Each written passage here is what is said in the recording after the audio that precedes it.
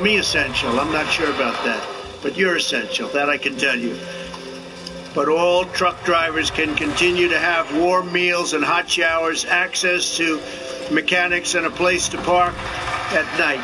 We postponed the real ID deadline and made sure commercial licenses, learner's permits, and medical certificates will not expire while DMVs remain closed. That's a big deal. And because nearly 90% of operators in the trucking industry have fewer than 10 trucks, our Paycheck Protection Program, which is a tremendous success. In fact, it is now depleted. $350 billion is now depleted, and we're going for another $250 billion. They want it. They have to have it. This is for companies to give and to make sure that they won't be letting people go. Keep the companies together and keep the workers, keep the people that really run those companies, keep them well taken care of. But we're protecting the jobs and wages of countless truckers employed by small businesses. Truckers are playing a critical role in vanquishing the virus, and they will be just as important as we work to get our economic engines roaring, which is happening very quickly. You watch. But once we get going, the truckers are going to be working so hard, you're not going to be able to take a day of rest in between, maybe a couple of hours. But they work hard, they work long. Nobody works harder, actually. I know a lot about trucking, I know a lot about truckers, and I know plenty of truckers. They're great people. With the same spirit of faith and grit and abiding patriotism that defines everything they do, we know our truckers will never let us down. Under any circumstance, they will never let us down. They're always there. They always have been. They always will be. They're very exceptional people. So I say God bless our great truckers. God bless every worker who is serving our nation in this time of need. God bless all who are sick, and God bless America. And thank you for being here. And Elaine Chao, I just want to say that we worked together long and hard, and you have done an incredible job as our Secretary of Transportation. And, you know, I have an extra key. I'm going to let the truckers decide. Should I give one to Elaine Chao or not? Huh? What do you think? Yes? I think so. I think we're going to do.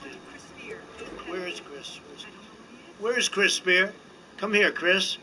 That's big power. Come here, Chris. Come here, Elaine. Do that. Come.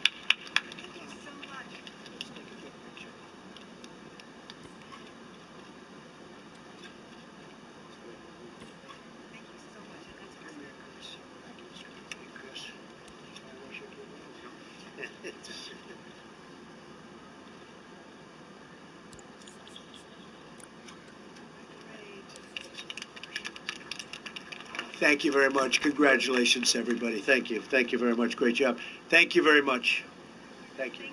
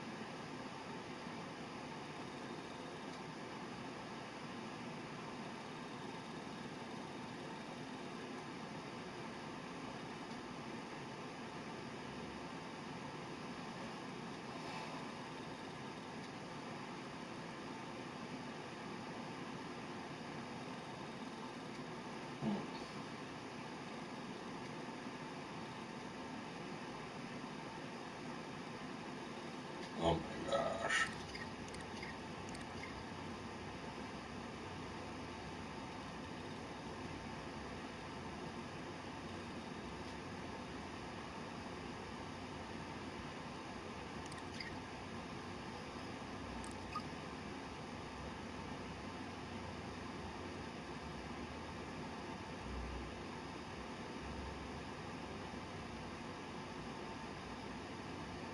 Well, can't I just, are they spawning more or something? What's going on with that part?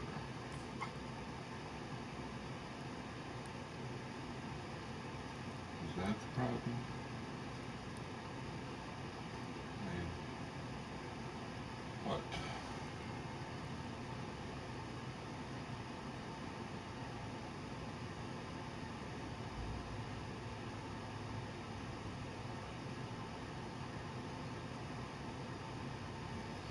How about we say that you 360.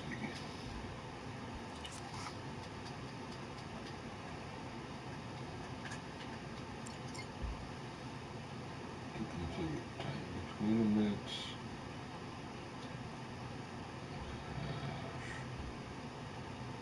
Max emitted once.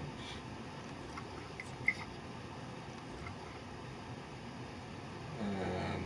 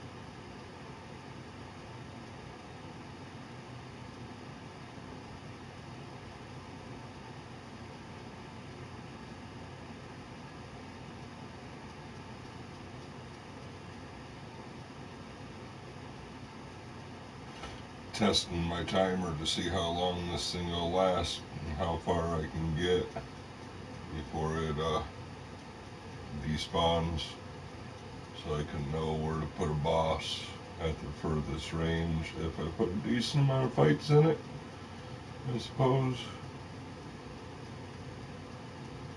If you're quick, that is.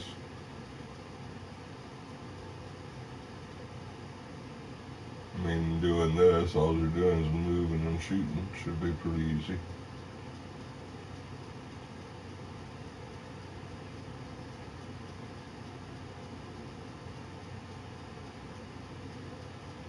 I seem to be doing just fine getting here.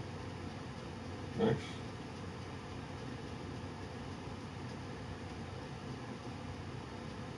Yeah, not a problem.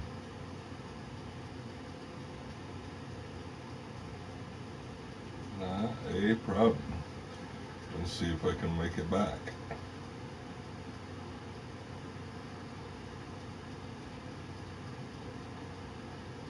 because they ain't lasting forever. Not making them last forever. You don't seem to run out of bullets.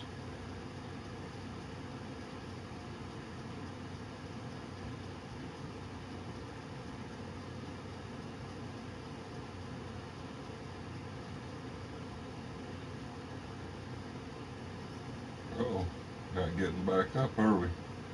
Uh-oh.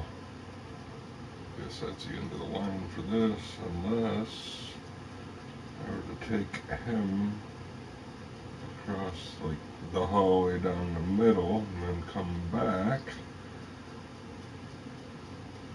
up this way. Ooh, wouldn't that be cool if I could make it into this building too? Connect all those with one single spawn. Oh, oh, that's the end, huh? Nice, nice, nice, nice, nice.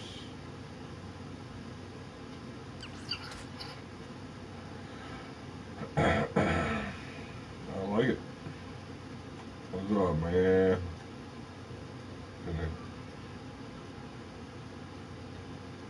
Ooh, hello.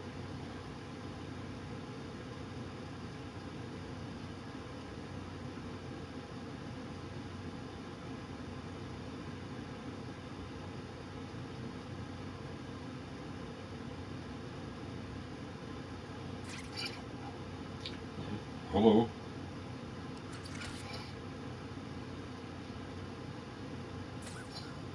Oh, hello.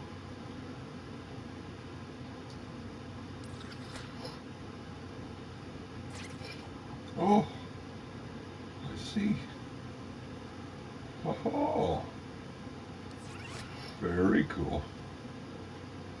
Oh, I see.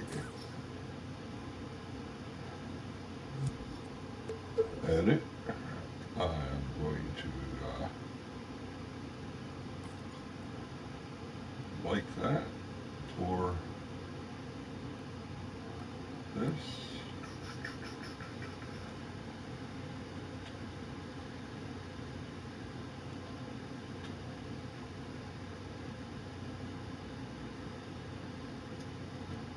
Okay, so that will keep them from getting out of there, but not out of this.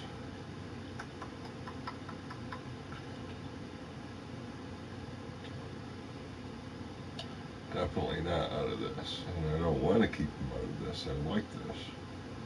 So, what I really need, I ain't worried about that too much. What I really need is some enemies to shoot. Got to have some enemies to shoot. So, I was thinking of making a lawyer. A lawyer puppet. So this guy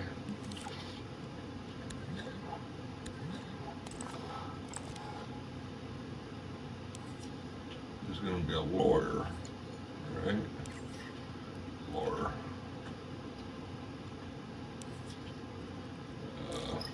Unpossessable, and he is an enemy, and he has hit points,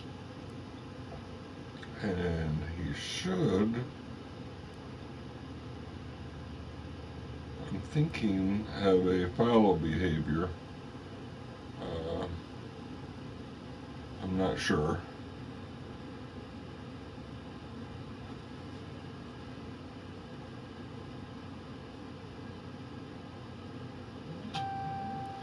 But I might do something else. I don't know.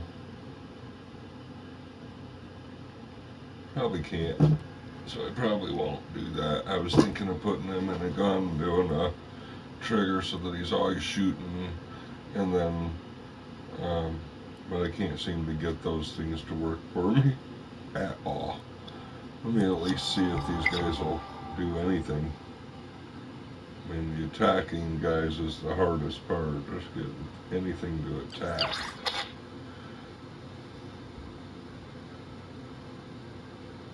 Hello?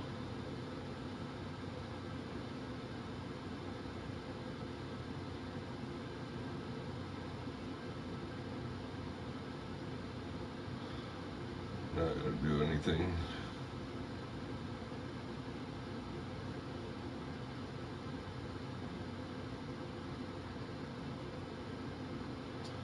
Let's try.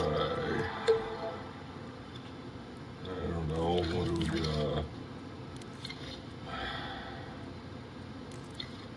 They said that there was some kind of follower, so if I put this on here, then it'll follow him. Right? So possess this one, and then no.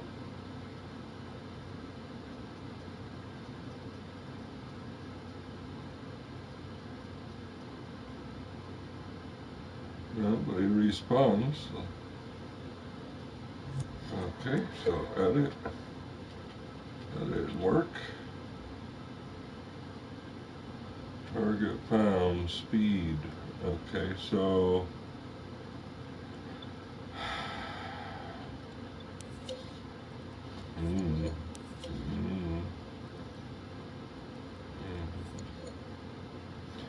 wish there was a button that says, "Hey, when there's somebody here, attack them." Right? I mean, maybe I should just try a whole fresh puppet, but they're so lame that I had to modify a couple things. Let me see, what can I do? Go here, grab a puppet, a deluxe Blanky, put him down, and then I will change his tag to foe and see what that does.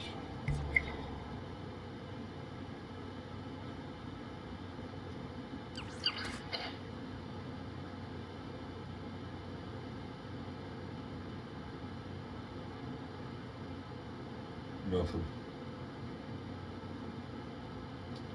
Nothing.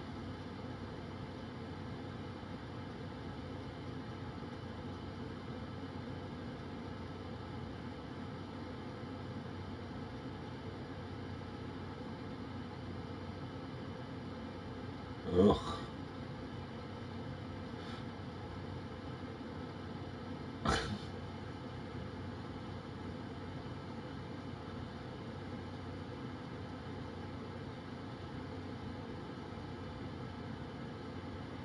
Yeah, making enemies is not easy.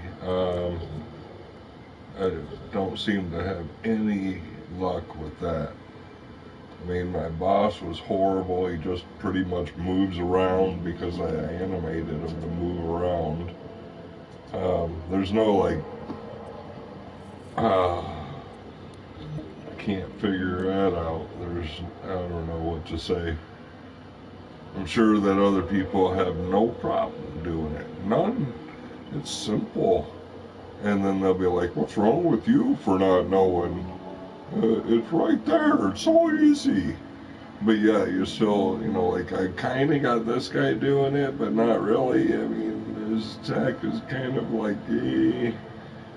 And then this one, I don't even know. I just put a damage thing on him. I don't even know again what, jeez, what to do. I mean, there was no tutorial pretty much on, this is kind of a tutorial on attacks. So these are shooters, and I changed the colors so that, and this is the tutorial. activate weapon, and I can't use their characters because it says, well, this is our property, you're not allowed to use it. And I'm like, okay. So I'm just, I don't even know. I don't even know what to do. I mean, these guys do have damage somehow, and they do something. They follow people anyway, and it's tagged as a foe. If I could maybe see, it won't let me. Private, not remixable, you are not the owner of it. So I'm not allowed to do this. It's like, no, you can't do that. And I'm like, oh, that's just sucks. I mean, I got something that's kind of like it damages them. You got a hit animation and things. Health modifier. I don't even understand what I'm supposed to be doing with this. I mean, why it won't let me just put this there doesn't make sense. I mean, I don't get it. Why won't they let me do that?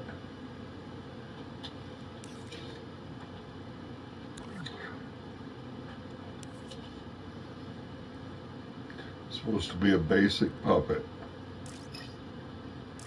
and I'm not allowed to make a copy of this basic puppet that actually does something. Frustrating. Freaking frustrating as I'll get out. So I'm supposed to, this thing kind of, he follows somehow. He does a hit glow. Follow player. What is the follow player thing? I don't even know what this is. What this does. I don't understand this. What is it changing?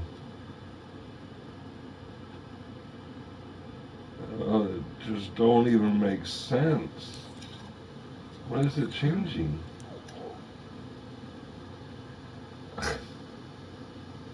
People make me so mad.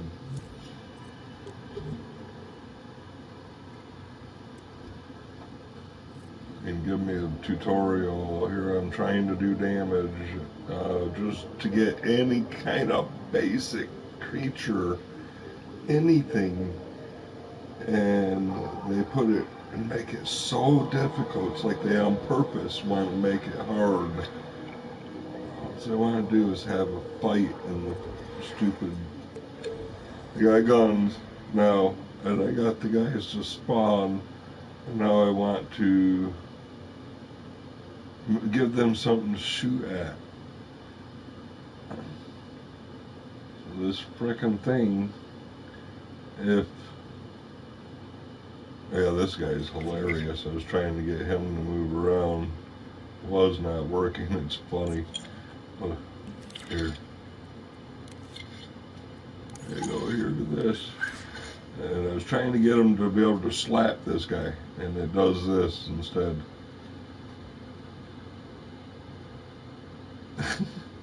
That animation doesn't either. It's like, whatever.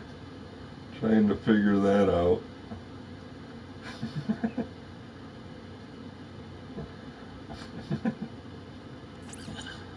Oh, it's simple. It's simple. What? Why can't you do it? It's so easy. And that's all they'll say. They'll just sit and mock you. It's like, oh, it's so easy for us. I don't know how come you're having a hard time. But yet they'll put stuff in there like that where I can't. I'm not allowed to touch it. Don't touch it. You can't use that as your own now.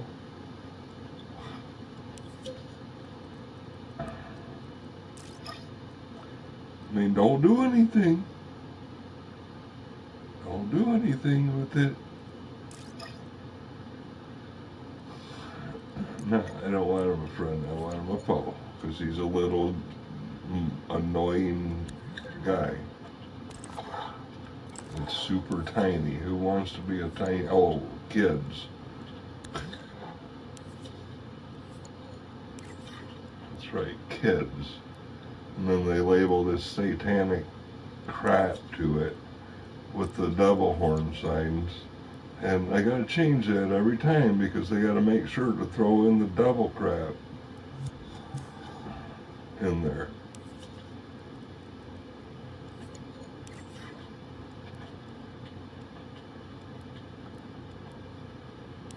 I want to put a little bit more health. So these guys are a little interesting to fight.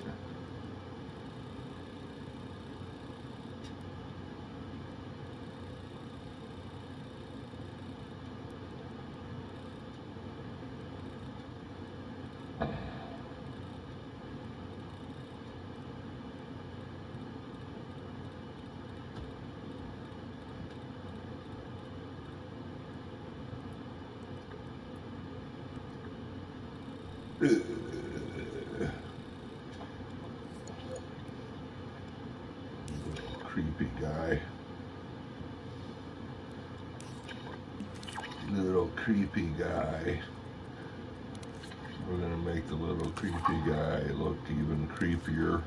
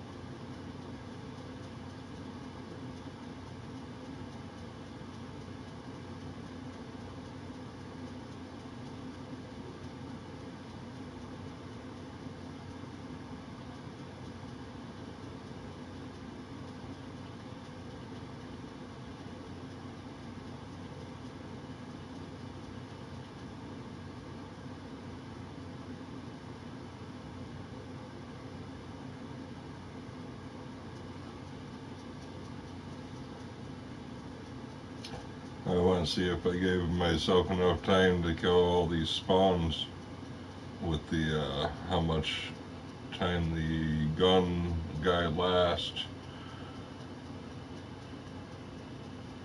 So it's meant to be a long thing, and I'll separate these guys. Obviously, I'm just doing a count.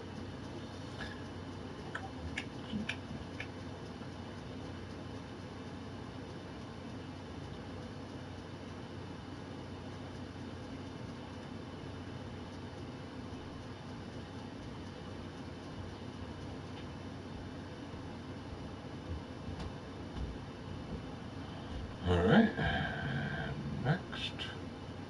I think the last one that I went downstairs, I just didn't see. Oh, hey, there it is. Oh, hello. I didn't just get off and back on the same one, right?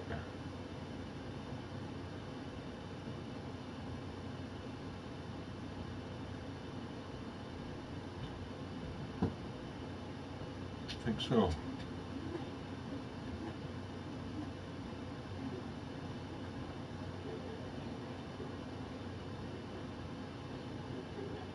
Oh, I can't even get to those things up there, so I guess it don't matter up there.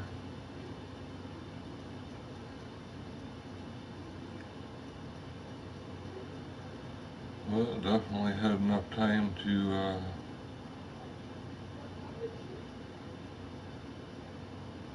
do that.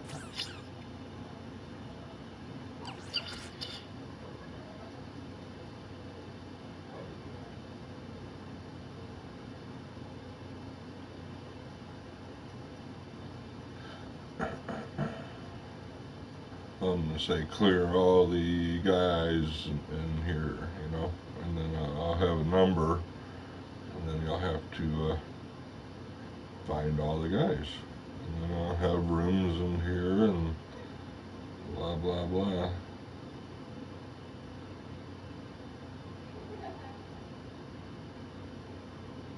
You know, and when the full count of them is gone, then I'll spawn in a bigger, badder fight. Because that's what we do. Now I should be able to just respawn down there now. And leave, usually.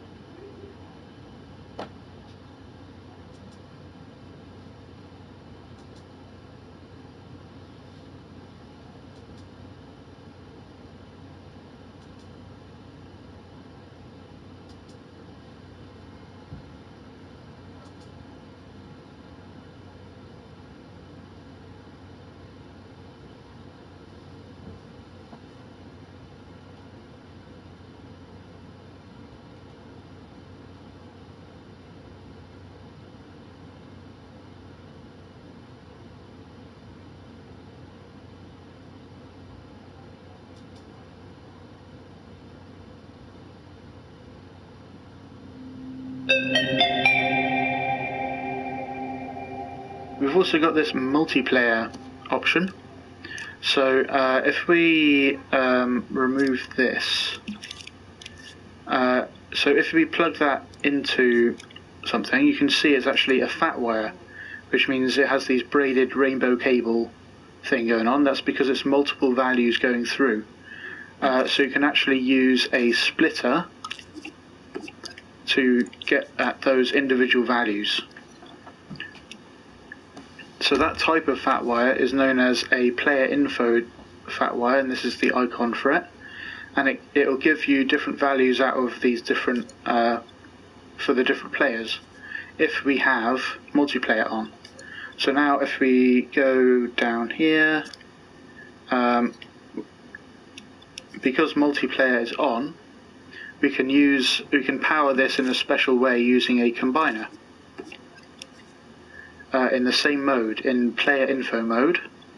So then we have these 4 values that we can set. So if we go, say triangle will set player 1, and square will set player 2, 3 and 4, and then we power the variable modifier using that fat wire.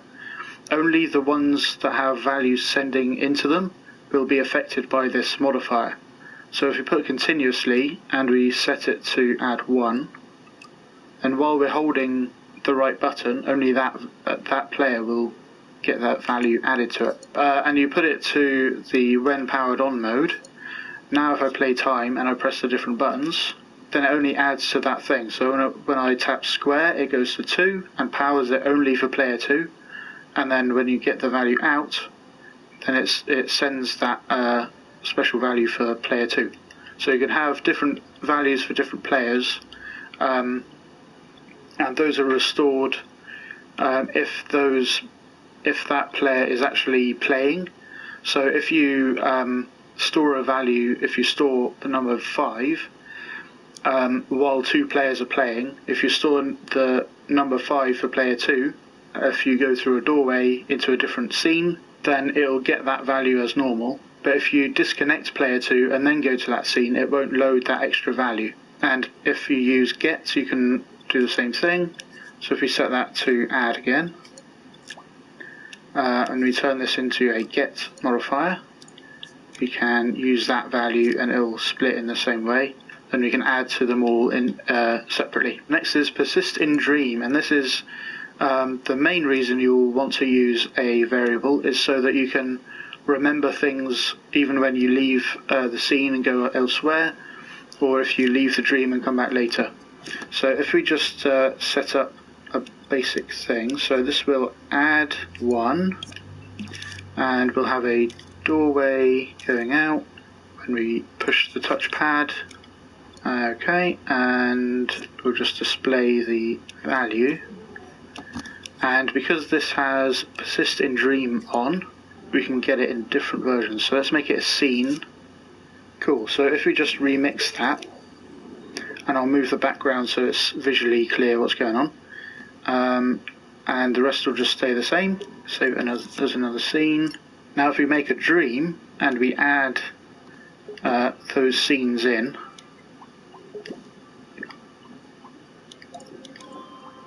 we'll just add an exit as well. Now when we go into here, we can affect the variable value, and then we can press a button to go into here, and then it will load that same value that we already stored.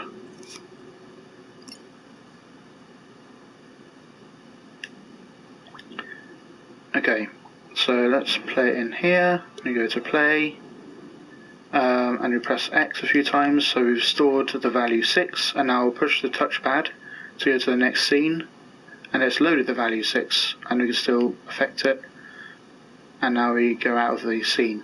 Now if we play it again, it still remembered the value that we were up to, and if we just leave the scene and play it again, it still remembers because it has that persistence flag turned on. If we reset, then it will reset to the initial value, and then but still allow you to save the persistent value. Like that. Now you can actually put a dream within a dream, which has some benefits. So we make another dream, and we'll just put this one in there and have an exit again. And I'll turn on update so that we can just edit it and it'll update. So we'll have this be the master, and we'll put that inside here. So we'll just edit it as normal, bring in that dream.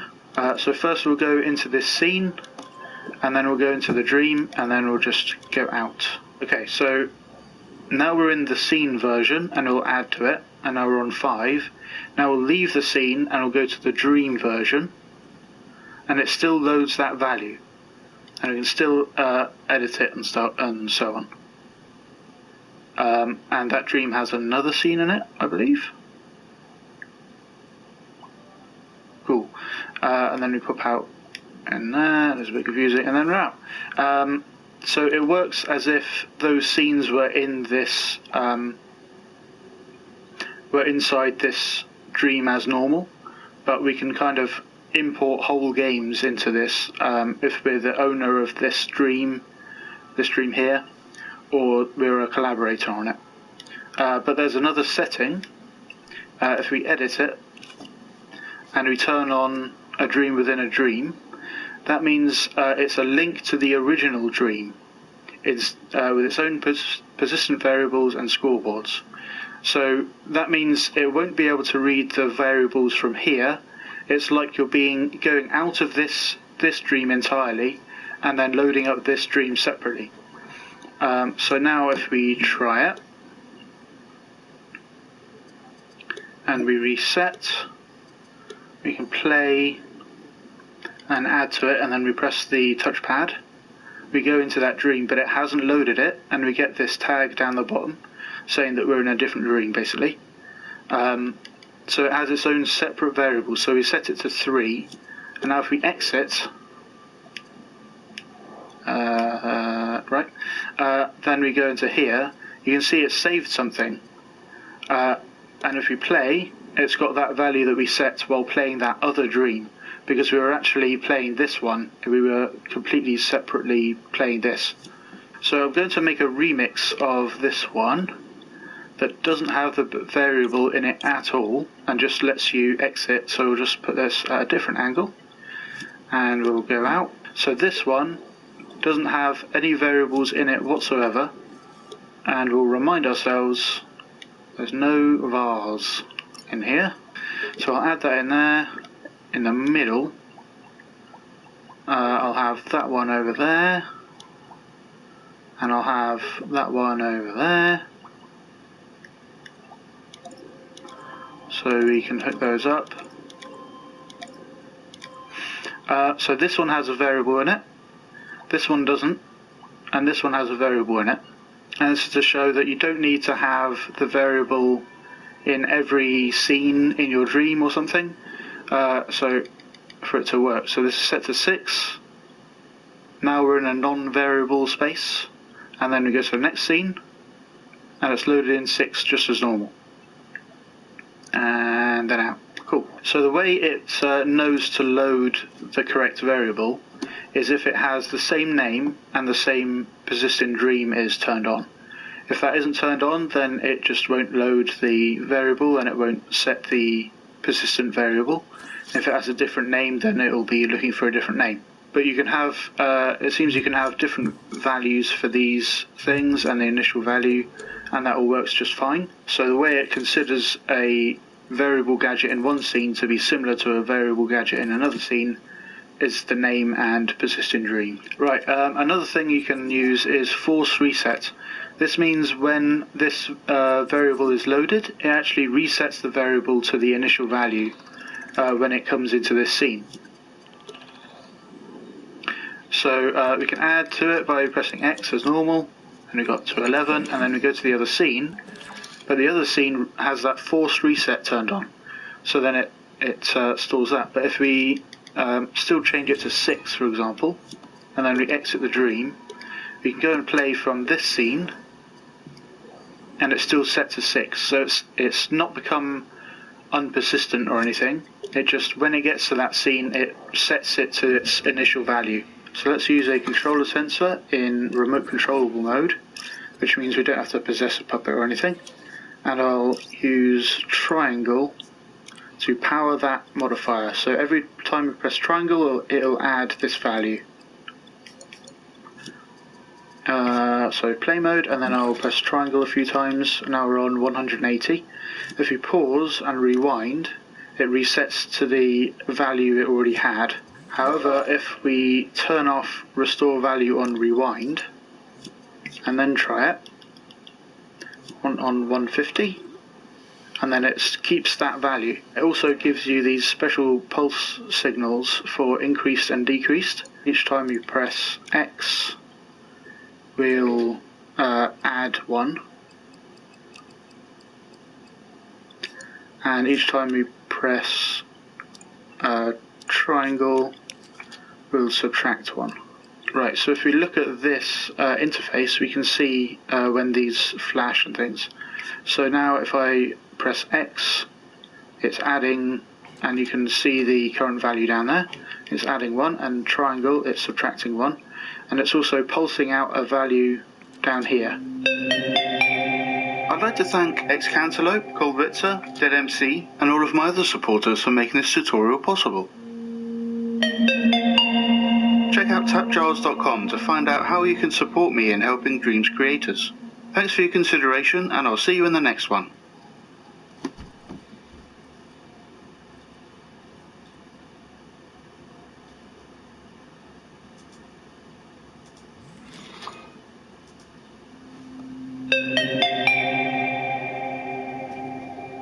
We've also got this multiplayer option. So if we remove this, so if we plug that into something, you can see it's actually a fat wire, which means it has these braided rainbow cable thing going on. That's because it's multiple values going through.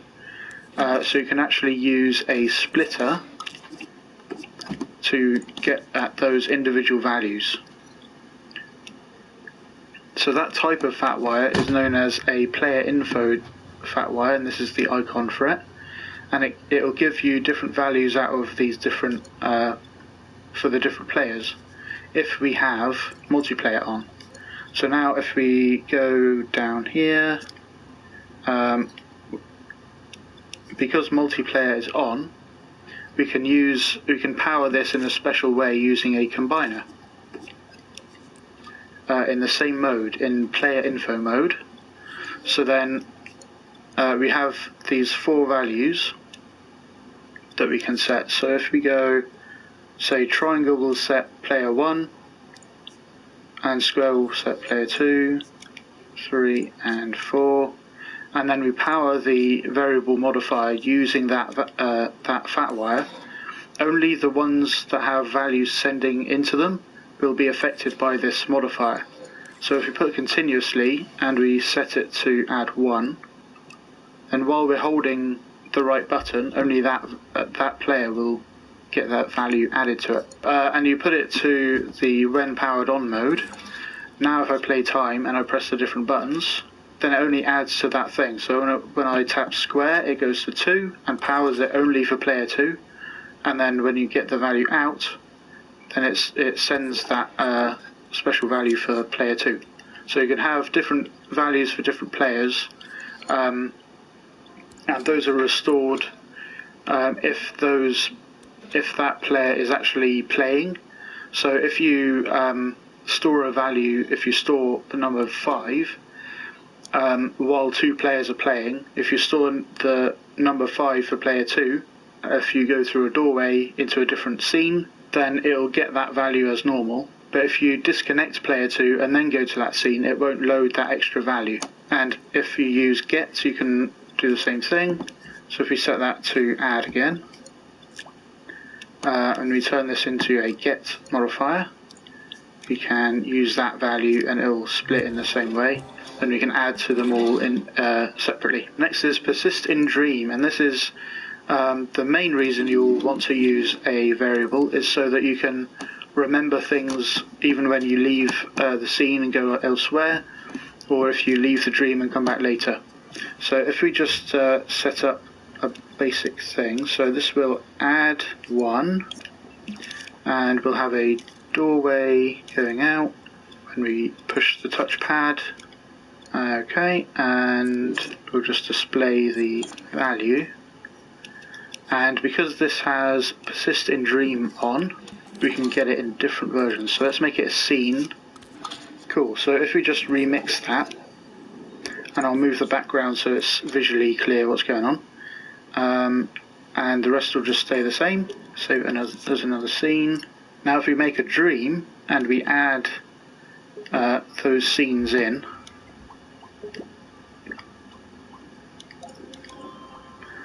into them, will be affected by this modifier.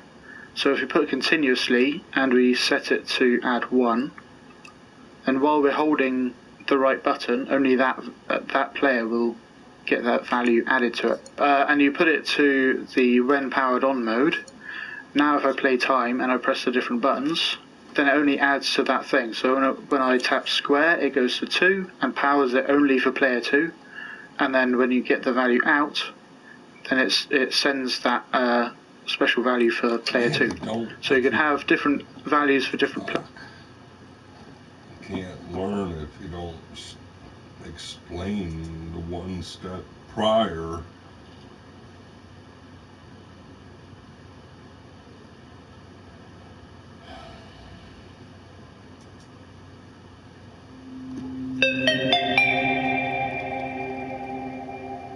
A variable is a gadget that stores a number, as you can see there. That's like the stored number that it's got. And if you tweak it with L1 and square, like that, then you can see all of its settings and so on. So the basic ones are its initial value, the minimum value, and the maximum value. So that's very simple. If we just use L1 and square to set these values, let's just set this to 10. The other part of it is the variable modifier. So wiring things, you can't wire things into the initial value or set it directly through this gadget. You use a modifier which has a different set of settings. So if we name this whatever we like, and then we can type in that same name here, and now this modifier modifies that variable. And we can actually use up and down on the D-pad with using the DS4 to cycle through these to find the actual names of variables that we can affect.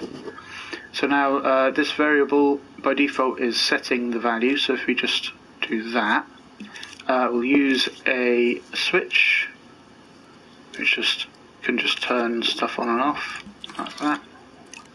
So if we run time and then I turn it on, then it's set it to 3.3, and now that variable says 3.3.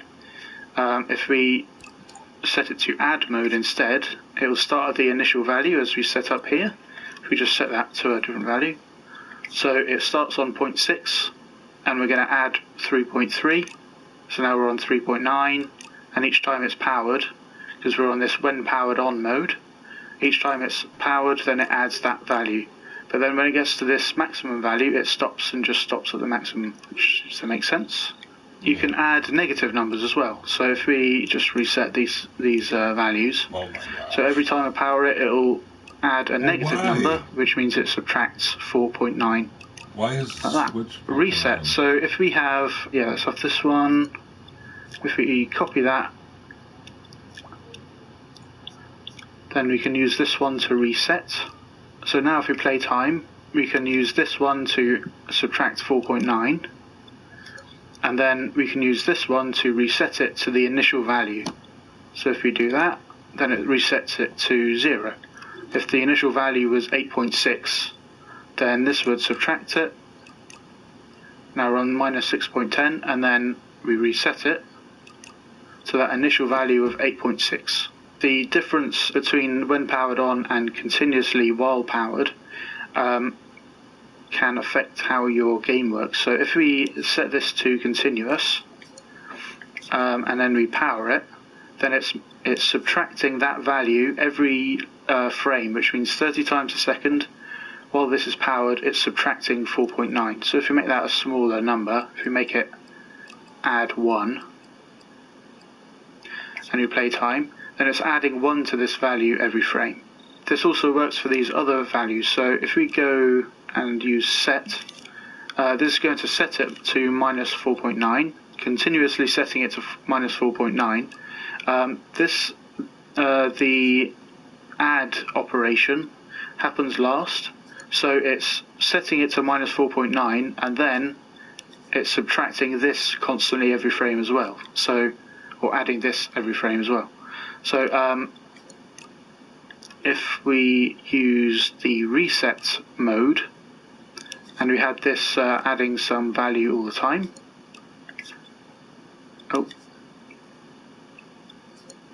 let me turn that off. So if we turn the reset mode, if we turn the reset modifier on, then it's resetting it to 0.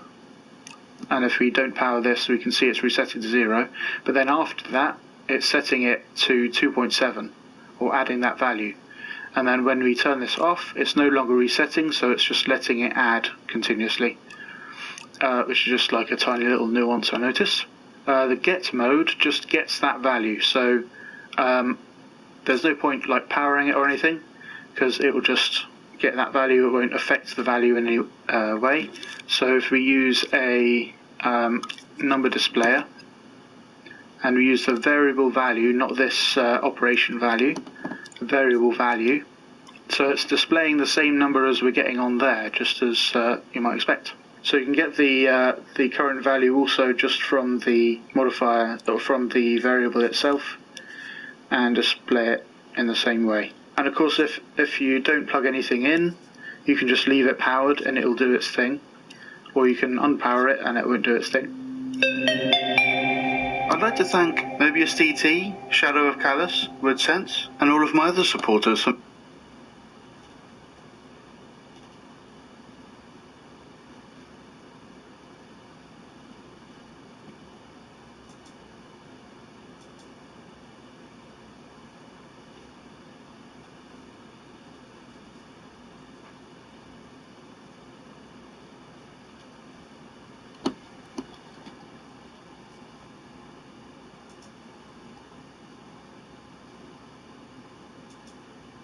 The reason why I named this the Trump card is because I wanted to get your attention. All right, this is a very important video. I need you people, we the people need to know this, okay? We need to know what we can use to battle these demons. Just pay attention. It's not going to be long. I should not take longer than 10 minutes. I'm going to explain to you what we should be doing. And this is going to be all explained explicitly in my book of freedom. This is just a synopsis of what's going on around you if you don't know it yet. I got to keep doing this because a lot of people just think that I'm here to have fun and games and talk about these people. No, I'm here about our freedom. We got to take our country back. And the way we take our country back is to do the same thing that they did to us in reverse. First of all, I'm going to tell you the pecking order of law. First, there's natural law. Natural law comes from nature. It is a given. It's what we are born with. We are born free with God-given inalienable rights, human rights. They are the highest rights on the planet. No country, no man, no alien can take away your human rights without trespassing against you. It's not allowed. They can't put you into slavery. Forced slavery is not allowed on this planet. It's not supposed to be. Especially in this country we call America. America was the only country in the history of humanity to put we the people at the top of the pecking order in the government. We the people. Go read that Constitution that they take an oath to. It says we the people are in charge. That is our calling card right there. That is our ownership card. We own this. what they use to insert our powers unknowingly to us is commercial law, and we can use commercial law to take our powers back. Commercial law is the second highest law on the planet. It's the laws of commerce between one or two people or more.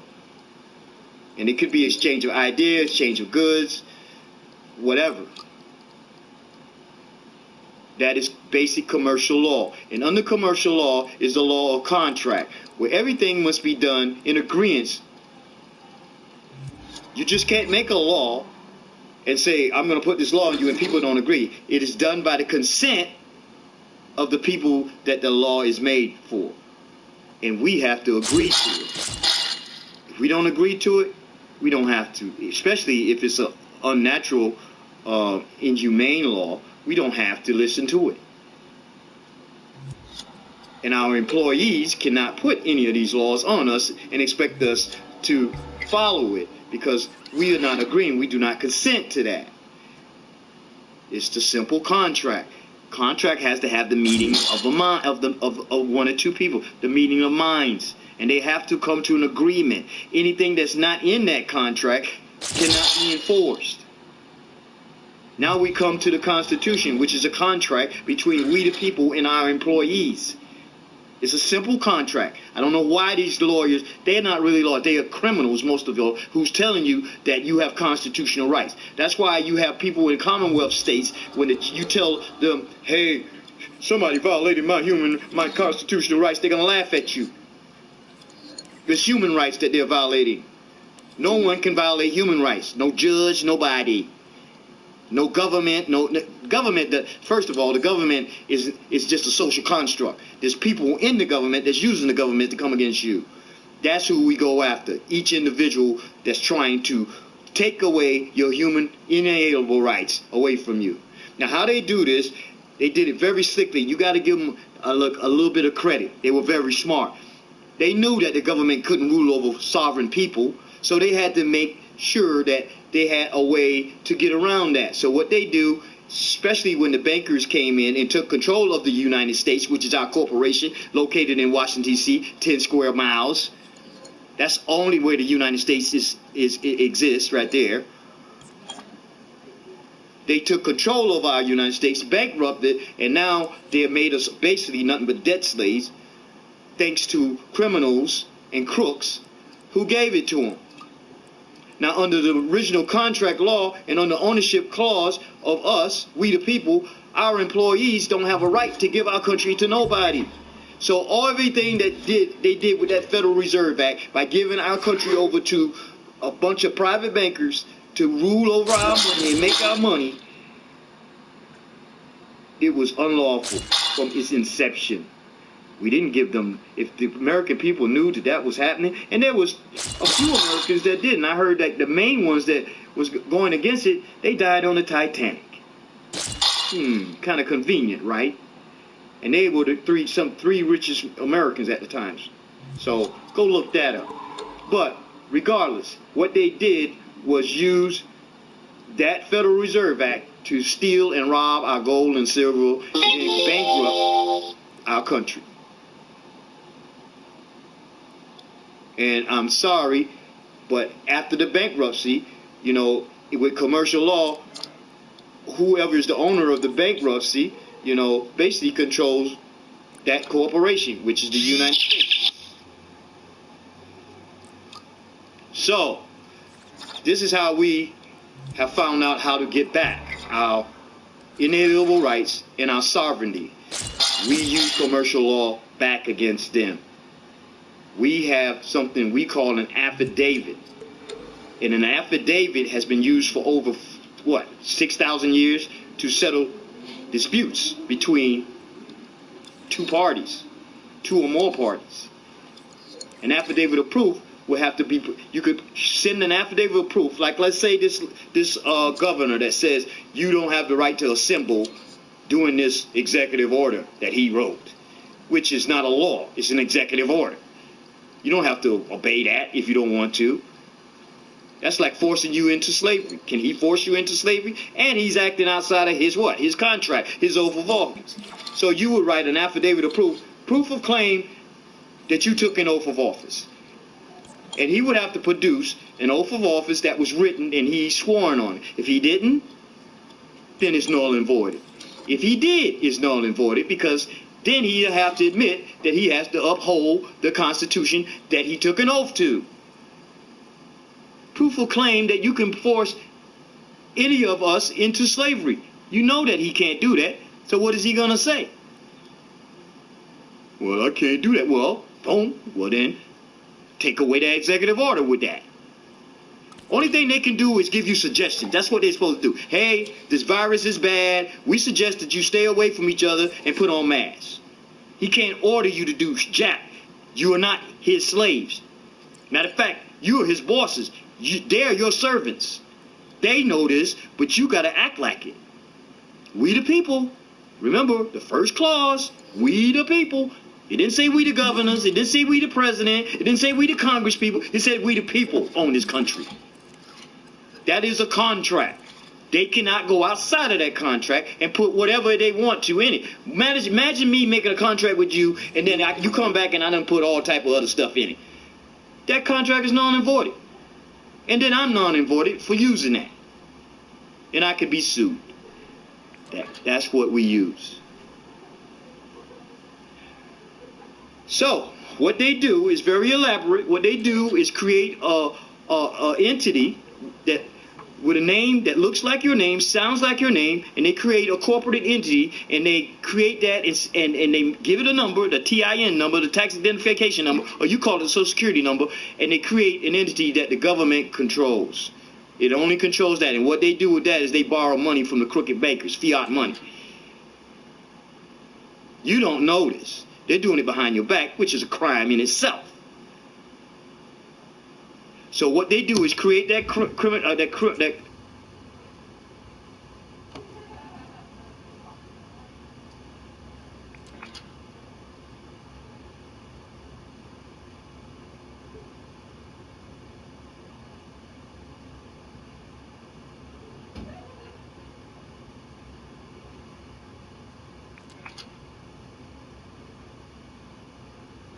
Why am I going to count how many jumps he has on it? If they're telling me that I can keep score on something, I don't need to put a score variable on my character to count how many jumps that I can do in order to collect treasure. I don't understand their technology, their way of teaching.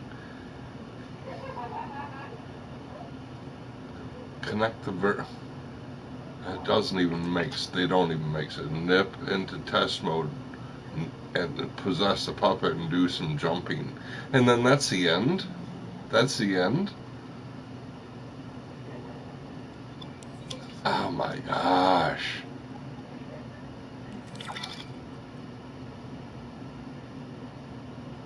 It's like if you don't have all this pre-knowledge, you're screwed. They ain't gonna teach you the other stuff.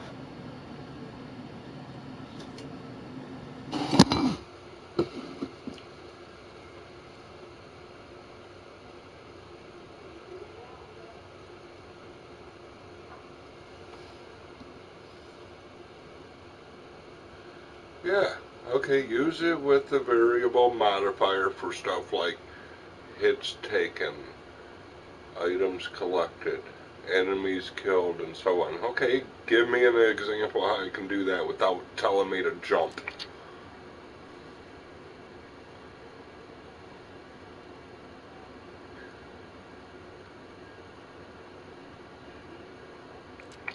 Okay, persistent, you need to have variable gadget for each variable with the same name and settings in each scene, which uses a variable in the dream. Whatever all that is. Okay, so you need to be consistent with your tags.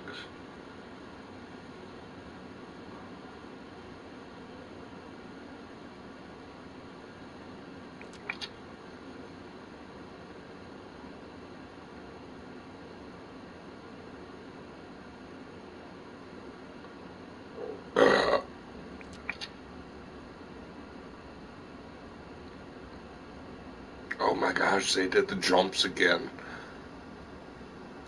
They really did the jumps again. Oh my gosh. They did that twice. Oh, okay, fine. Let's do it this way. This is a character that I use a lot, and I keep track of.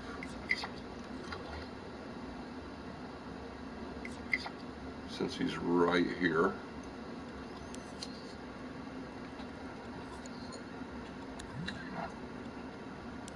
I would like to keep track of how many times he dies. Just as an easy, should be an easy thing, right? Variable, and we call it deaths. Oh, come on. I don't have the keyboard hooked up. Deaths.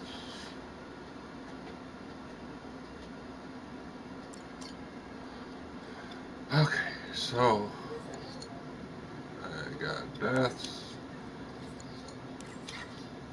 Control this, put it over here. And that up.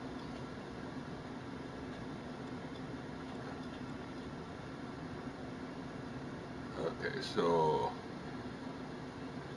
is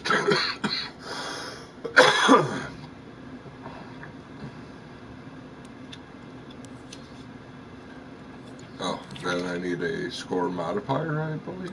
Variable modifier. Does that work? Deaths number variable deaths.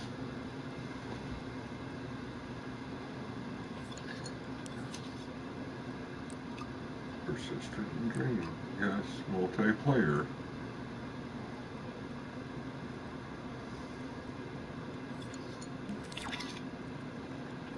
And I want to see if that's going to count. No, not. Oh.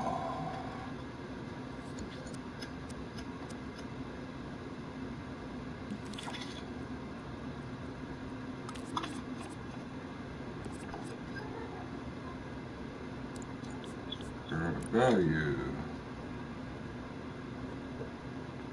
Oh, come on.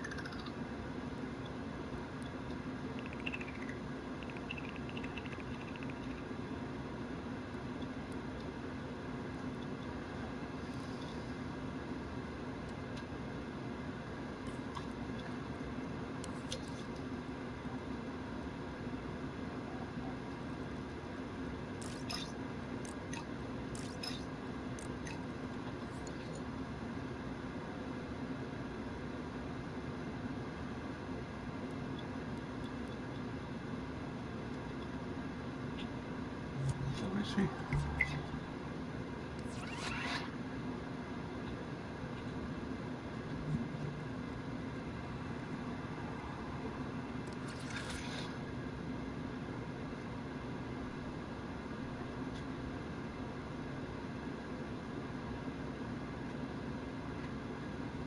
I ain't gonna work on him.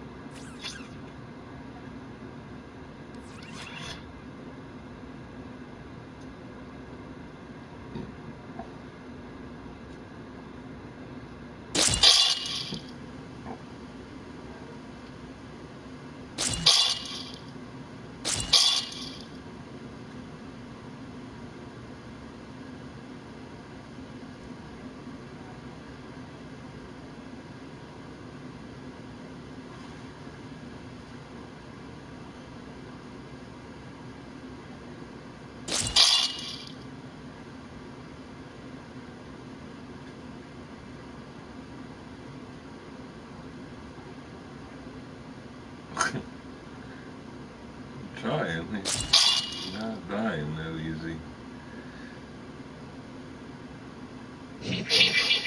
And it didn't count. It didn't count. No, it didn't count. Figures. Stupid thing. I mean, it does not work. This crap does not work. So, if I look up the variable modifier to deaths and I say add, and it doesn't work, you're just screwed because we already told you. And you just rewatch it, you know? Like, do it again because I already told you. I'm not going to tell you what you actually don't know and let you ask questions. We don't allow that. What we give you is what we give you, and if you don't know, then you just suck. Shouldn't have bought the game. Just shouldn't have bought the game, man. But thanks for the money. Thanks for the money.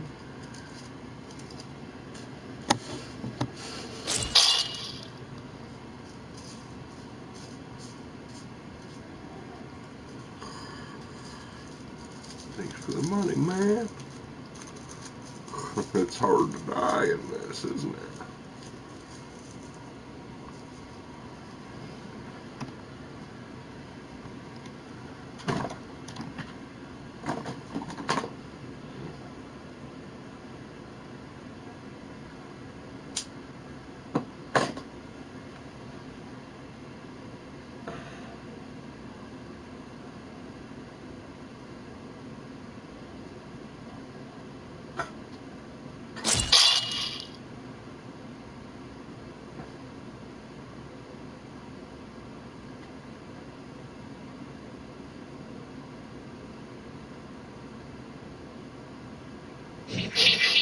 And it didn't count. Of course it didn't count.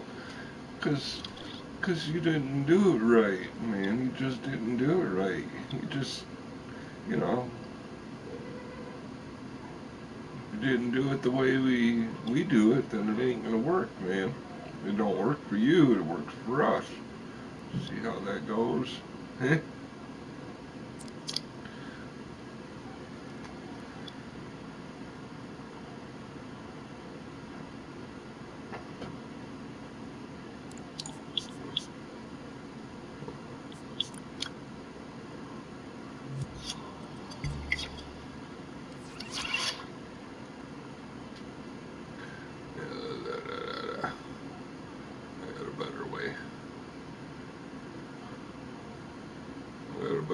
Check this.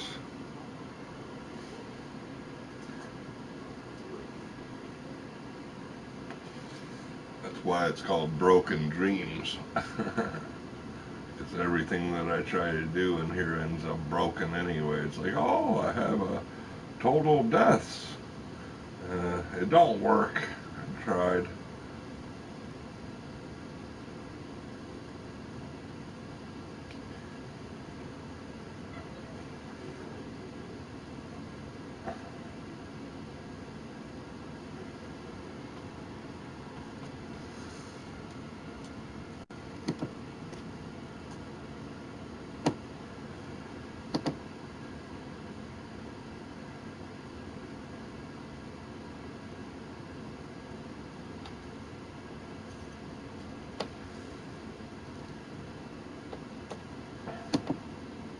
I'd love it to keep track of anything. I mean, anything.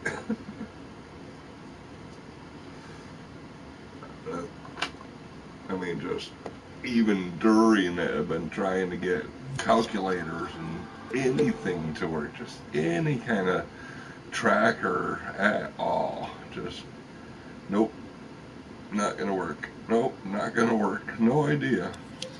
I just don't want to do that. Yeah. Am I supposed to put this up to 1? Let's try that. Maybe that'll... I don't even know. Maybe that'll do it. I ain't gonna do it on him.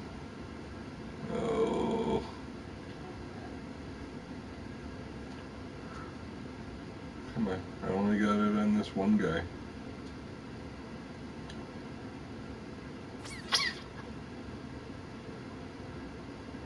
Come on. Can I get, oh my gosh. Sorry.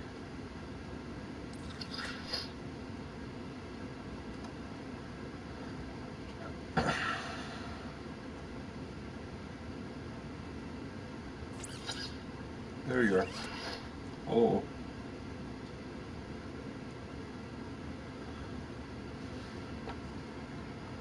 Let's try this again. I'll spend an hour or two just trying to do something. It's like, okay, forget it. I can't make the puppets do anything. I give up on the puppets for now, again. It's like they're so goofed up.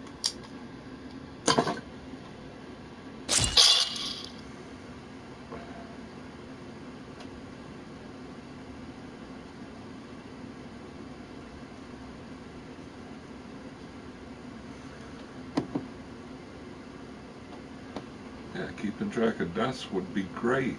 That way, when be like, oh man, I've died 126 times in this thing.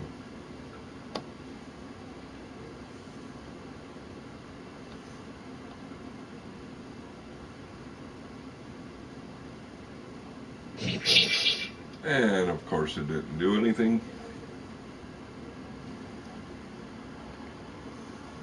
Of course it didn't. It did not do it at all. It is just frustrating as all get out. This thing is such a joke.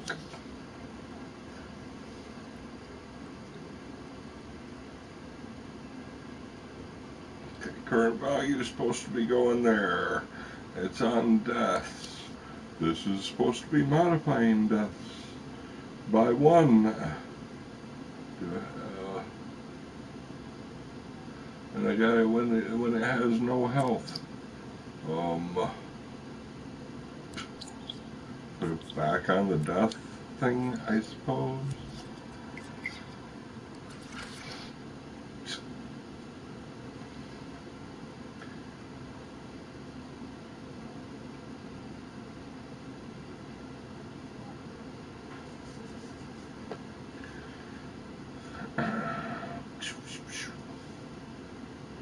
Hey, what's up, man?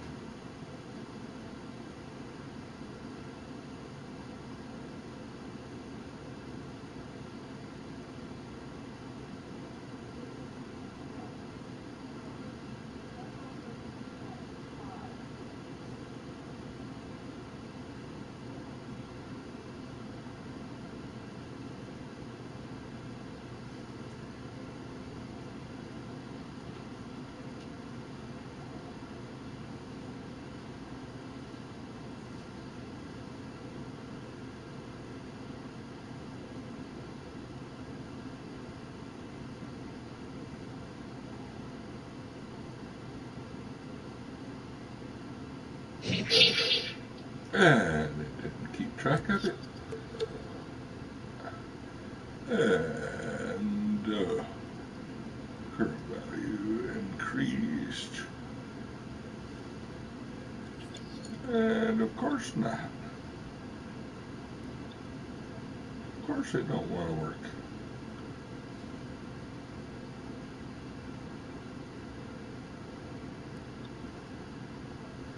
Why would it want to work?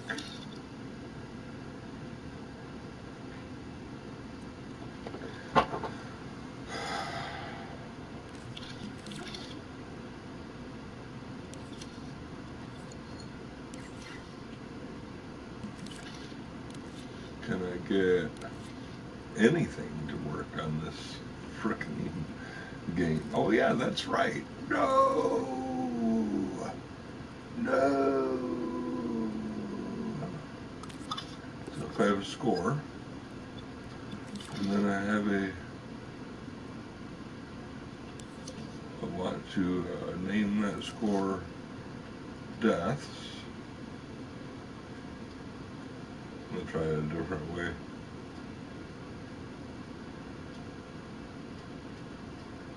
deaths, and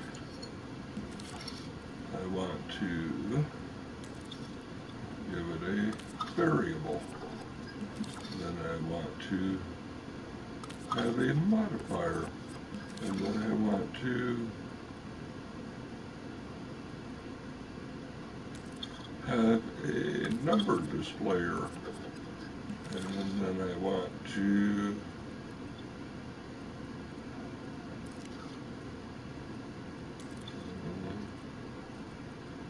I think that's about it.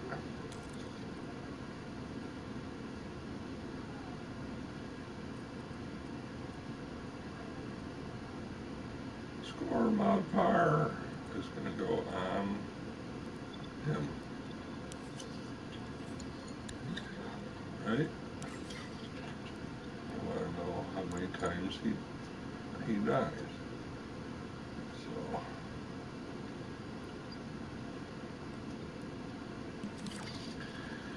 we're going to put the score modifier there instead.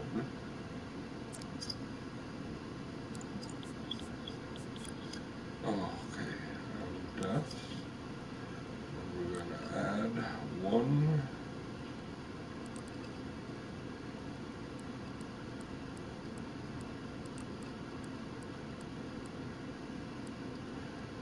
when you die, 2 deaths, and then we are going to keep track of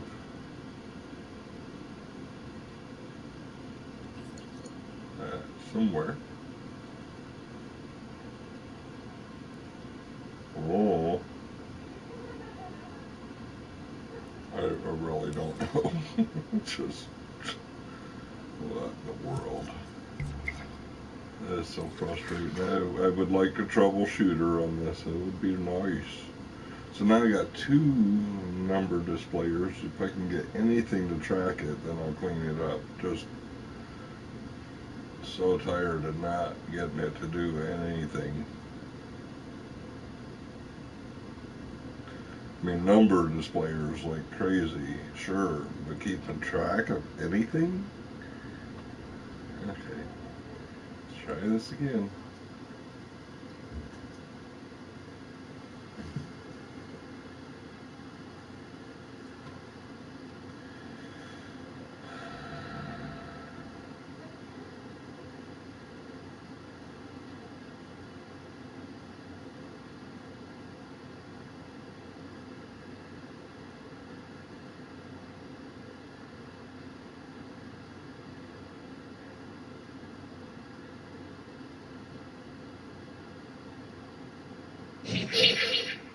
Oh, did it work?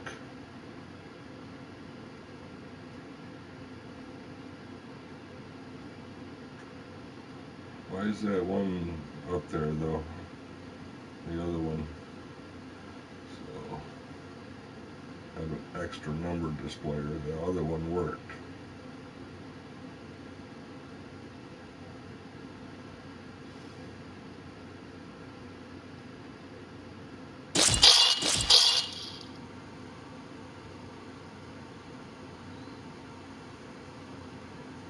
Finally, something worked. Amazing. It's amazing.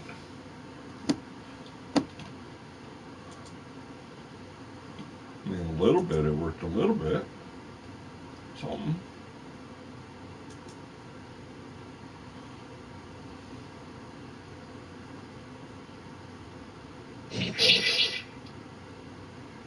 Oh, it worked on 1. It didn't work on 2. Great.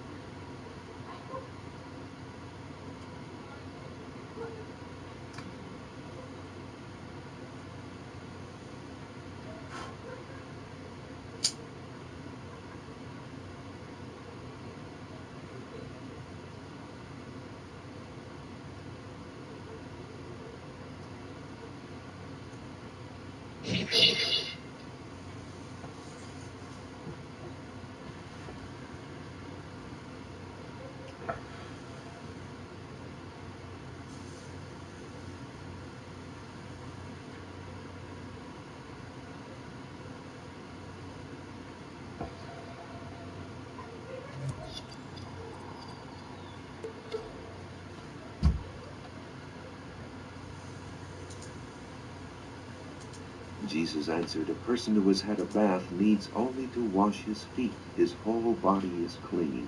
And you are clean, though not every one of you." For he knew who was going to betray him, and that was why he said not every one was clean. When he had finished washing their feet, he put on his clothes and returned to his place. "Do you understand what I have done for you?" he asked them. "You call me teacher and Lord, and rightly so, for that is what I am. Now that I, your Lord and teacher, have washed your feet, you also should wash one another's For feet. this logic tutorial, I have set you an example that you should do as I have done for Connie you. and Cuthbert. I tell you the truth, no Looks servant like is greater Cuthbert's than his feeling master." confident. Oh, better luck next time, Cuthbert. Let's see how Connie gets on. When Connie jumps on a platform, she'll only have a few seconds to get to the next one before it disappears. But to give the game some replay value, we're going to create some scoring logic. See that microchip on the side of the start platform? Open it up with L1 and X. This is where we'll build the scoring logic. These trigger zones detect when Connie crosses the start and finish lines. If Connie falls, the health modifier will trigger this global settings gadget to reset the scene. So Connie can try again, and all the platforms will be back in place. It'll be up to you to fill in the rest. That's it. Keeping Good score luck. in a scene is See done ya. using a score gadget. That's all you Go get. to the assembly menu and select Gadgets. You're on your own now. Open up Gameplay Gear with X and find the score gadget. It looks like a prize sticker with 100 on it. Make sure you don't grab the score modifier by mistake. Stamp a score gadget onto the microchip next to the finish line trigger zone. Then unequip the gadget with the circle button. Start the next step when you're ready to start setting up the score gadget.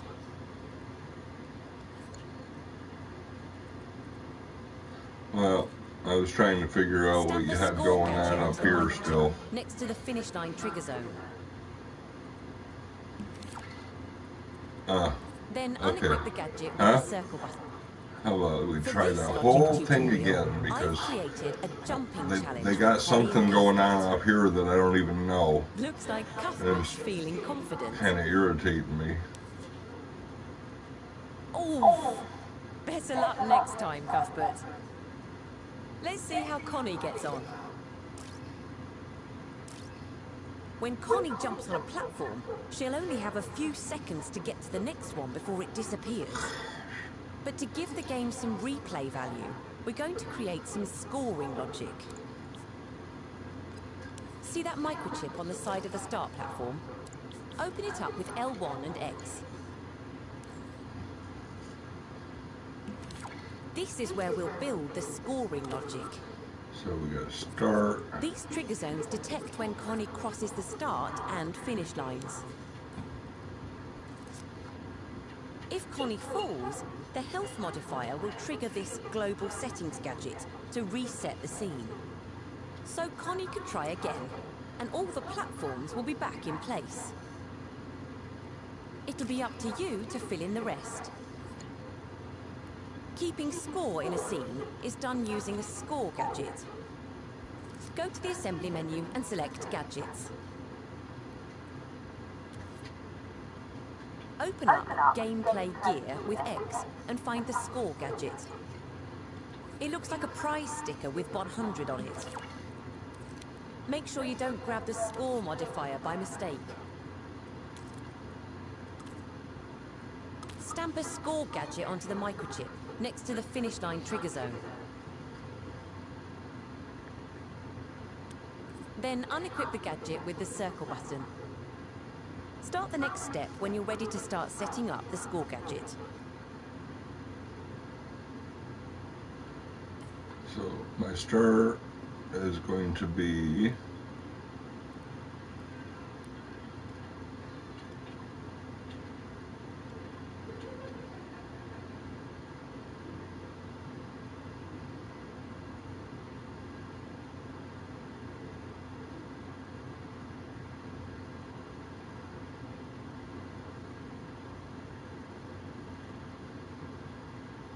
right here once you get up to the top.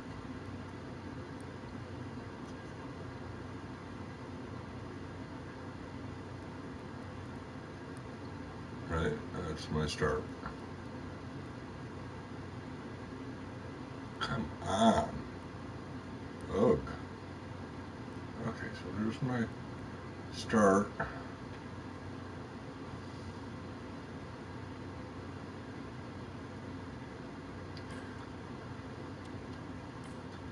And here's my finish.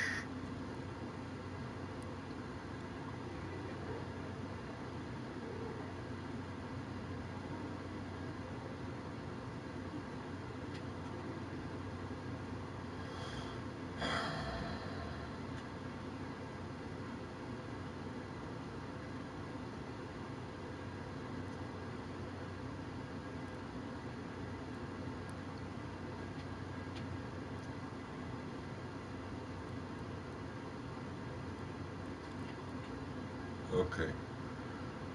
Right? Let's take a look at the score's tweak menu. Open it up with L1 and square. It's a pretty simple gadget. You can rename the gadget by selecting the name at the top. This is really important if you have more than one score in the scene, but we can leave this score with its default name. At the bottom of the tweak menu, find the button with the score icon on it. Hover over it, and you'll see it's called Post Score. When this button receives a signal, Nor is a it will messenger post the greater than the current one who score. sent him. Now that you Post it where? Well, if your scene is placed in a dream, the score will be displayed on the scoreboard for that dream. The score for this scene should be posted when Connie crosses the finish line. So let's use the finish line trigger zone to activate it. Create a wire from the detected output port of the finish line trigger zone with R2 or X. Extend it over to the score tweak menu, then connect it to the input of the post score button. Now when Connie crosses the finish line, the current score will be posted. Close the tweak menu with L1 and the circle button. This score gadget is all set. In the next step, I'll show you how you can display the score on screen. Okay. Oh! Have to use the bathroom.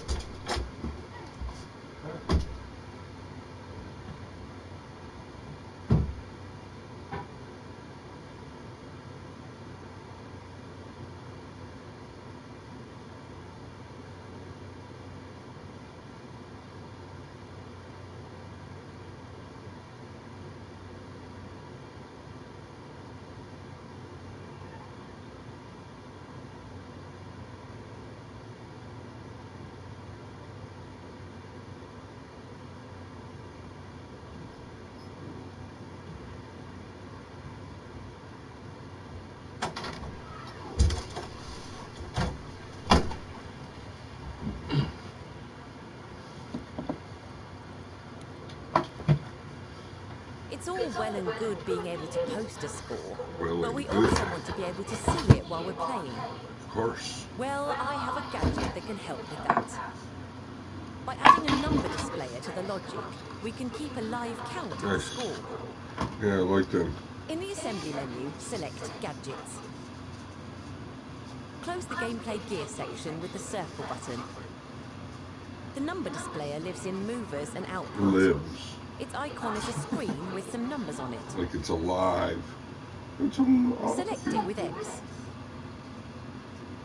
In Dreams, logic flows from left to right. So stamp a number displayer to the right of the score gadget. Then unequip it with Circle. If you hover your imp over a number displayer gadget, a number appears on the screen. Select the gadget with X and it'll stay there, allowing you to grab and move it with R2. Move the number to where you want the score to display. You can resize the number with the up and down directional buttons. Oh, It good. looks pretty basic right now, but I'll show you how to jazz it up a bit later. Sounds good. First, let's hook it up to the score. Open the score tweak menu with L1 and the square button. Find the button called Current Score, then create a wire from its output port. Extend the wire over to the number displayer. On the left edge, there's a port called Number Range. When you plug a wire into this port, its signal will be displayed as a number. And it still says 0. Well, we haven't added anything to the score yet. But you can test that it's working by increasing the initial score slider in the tweak menu. Check that it's working, then set the initial score back to 0. Now close the score tweak menu. Wait, In the next step, we'll make the number displayer look a Wait. bit fancier. what the heck, man? What is their problem? Oh my gosh, where's my teacher at? Where's the teacher at? Plug a wire into this port. Its signal will be displayed Fuck. as a number. And it still says 0. Well, we haven't added anything to the score yet. But you can test that it's working by increasing the initial score slider in the tweak menu. Mm-hmm. Check that it's Yeah. working, then set the initial score back to 0. Gosh. Now close the score tweak menu.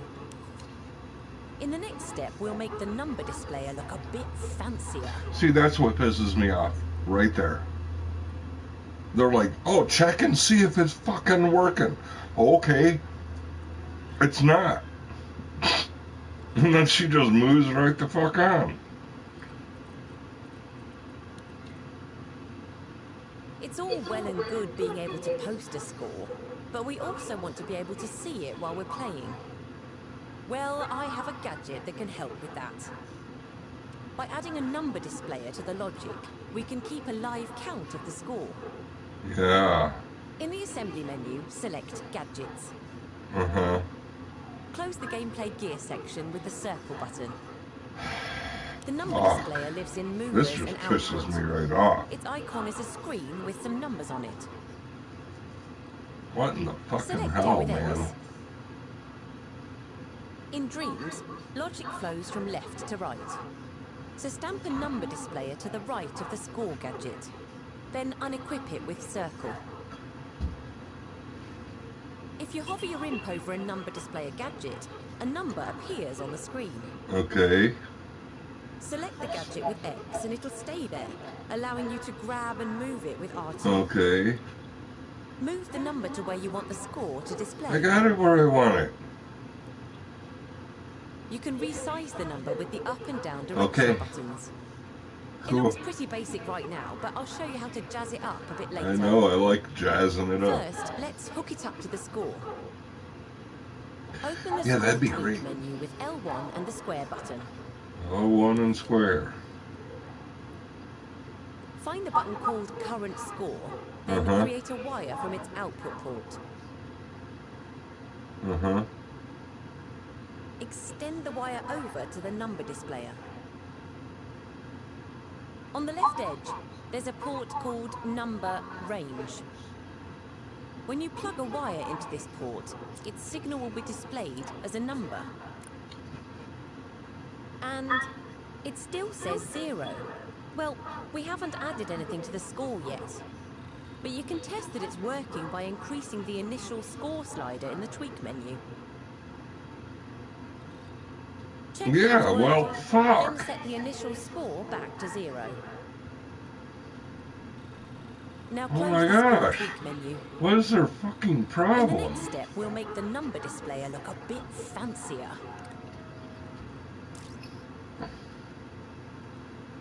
That's what's irritating the fuck out of me. Is I go through these tutorials and I'm doing what they're saying, and then they go on. They go on to the next step, and here I am going, I'm on step 3 and it ain't working. And I rewatched their fucking tutorial and going, did I miss something? It's all well and good being able to post a score. I mean, did but we I also want miss to be able to something? see it while we're playing. What? Well, I have a gadget that can help with that. Let me go all the way back. Maybe I missed something on the first It's all- one. Or on this one or something. Let's take a look. For this logic tutorial, I've created a jumping challenge for Connie Good and for you. Cuthbert. Fucking good for you. Looks like Cuthbert's feeling confident. Bullshit. Oh, better luck next time, Cuthbert. Can't even see what they're doing either. Let's see how Connie gets on. When Connie jumps on a platform, she'll only have The reason a why I few named this seconds the to trump get to the card. next one before it disappears. But to give the game some replay value, we're going to create some scoring logic. See that microchip on the side of the start platform? We're going to open it up with L1 and X. This is where we'll build the scoring logic. Good. Let's do it. These My trigger zones goodness. detect when Connie crosses the start and finish lines. That's bullshit. If Connie falls, the health modifier will trigger this global settings gadget It's like to reset the scene. What they're teaching us is just So a bunch Connie of can try crap. again, and all the platforms will be back in place. It don't work the way that they It'll are be telling up me to I'm you to doing fill it. in the rest. Keeping score in a scene is done using a score God. gadget. Go to the assembly menu and select gadgets. Open up gameplay gear with X and find the score gadget. It looks like a prize sticker with 100 on it. Make sure you don't grab the score modifier by mistake. Stamp a score gadget onto the microchip next to the finish line trigger zone. Then unequip the gadget with the circle button. Start the next step when you're ready to start setting up the score gadget.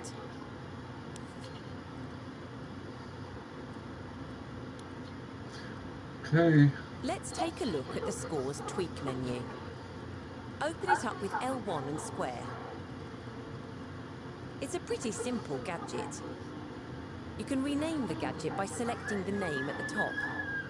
This is really important if you have more than one score in the scene, but we can leave this score with its default name. Oh, At the good. bottom of the tweak menu, find the button with the score icon on it.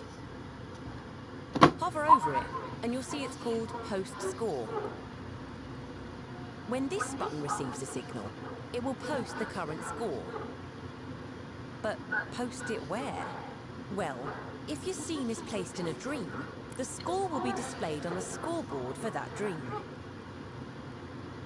The score for this scene should be posted when Connie crosses the finish line. So let's use the finish line trigger zone to activate it. Create a wire from the detected output port of the finish line trigger zone with R2 or X. Extend it over to the score tweak menu, then connect it to the input of the post score button. Now when Connie crosses the finish line, the current score will be posted. Yay. Close the tweak menu with L1 and the circle button. This score gadget is all set. In the next step, I'll show you how you can display the score on screen. Yeah, that'd be really slick. That'd be really slick. I'd love It's it all if well and it good actually being able to worked. post a score, Like but we it also want to be able to says that see it while we're it playing. is, but it's Well, just I have a gadget that can fucking help not. with that. By adding a number displayer to the logic, we can keep a live This game count of the pisses me score. off with how bad it is. In the assembly With menu, that. select Gadgets. Close the gameplay gear section with the circle button. The number displayer lives in movers and output. Its icon is a screen with some numbers on it. Select it with X. In Dreams, logic flows from left to right. So stamp a number displayer to the right of the score gadget. Then unequip it with circle. If you hover your imp over a number displayer gadget, a number appears on the screen. Select the gadget with X and it'll stay there, allowing you to grab and move it with R2. Move the number to where you want the score to display. You can resize the number with the up and down directional buttons. It looks pretty basic right now, but I'll show you how to jazz it up a bit later. Hello?